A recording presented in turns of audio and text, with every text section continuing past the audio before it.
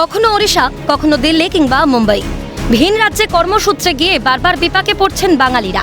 কোথাও বাংলাদেশি ভেবে করা হচ্ছে আটক, কোথাও আবার বাংলাদেশি সন্দেহে বিচ্ছিন্ন করা হচ্ছে জল বিদ্যুৎ সংযোগ।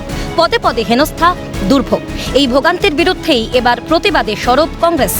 কংগ্রেসের প্রতিবাদ বিক্ষোভ সরগরম কলেজ স্ট্রিট চত্বর। মিছিলে পা মেলান প্রদেশ কংগ্রেস সভাপতি শুভঙ্কর সরকার। বলেন, রাজ্যে রাজ্যে কোনো ভেদাভেদ নেই, যে কোনো রাজ্যে গিয়ে কাজের অধিকার আছে আমাদের। কংগ্রেসই মনে করে যে কোন রাজ্যের সঙ্গে কোন রাজ্যের ভেদাভেদ নেই, যে কোনো ভাষায় যেখানে কথা বলতে পারে। এটাই সংবিধান আমাদের 19-এর DEG-তে এই অধিকার দিয়েছে।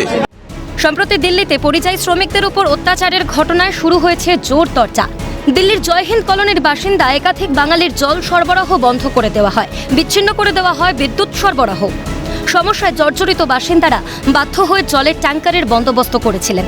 তবে পুলিশ এবং RPF বিকল্প পথে জলের বন্দোবস্ত করতে দেয়নি বলেও অভিযোগ। পরোক্ষভাবে কেড়ে নেওয়া হয় তাদের মৌলিক অধিকার। এই ঘটনায় তীব্র ধিক্কার জানায় কংগ্রেস। সারা পশ্চিমবঙ্গের বাইরেই যে সমস্ত বাঙালিরা বিভিন্ন প্রান্তে আছেন, অন্যান্য স্টেটে আছেন, সেখানে উদ্দেশ্য প্রণোদিতভাবে যেখানেই বাংলা ভাষায় কথা বলা হচ্ছে তাদেরকে বাংলাদেশি বলে সেখান থেকে তাড়িয়ে দেওয়া হচ্ছে। এটা বিষয়ে আমরা ধিক্কার জানাই। ভাষার নামে সামাজিক বিভাজন, ধর্মের নামে সামাজিক বিভাজন এবং অনুপ্রবেশ তত্ত্বটাকে সামনে রেখে ভোটে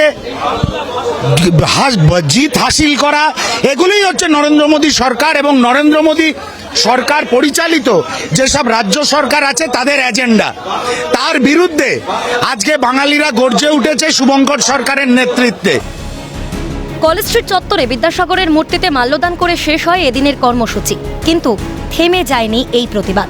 ভিন রাজ্যে কর্মসূত্রে গিয়ে যেসব বাঙালিরা বিপাকে পড়ছেন, যাদের শুধুমাত্র বাংলা ভাষায় কথা বলার মাশুল দিতে হয়েছে, তাদের জন্য এই বাংলা ভাষাকেই ঢাল বানিয়ে প্রতিবাদ জারি রাখতে বদ্ধপরিকর কংগ্রেস।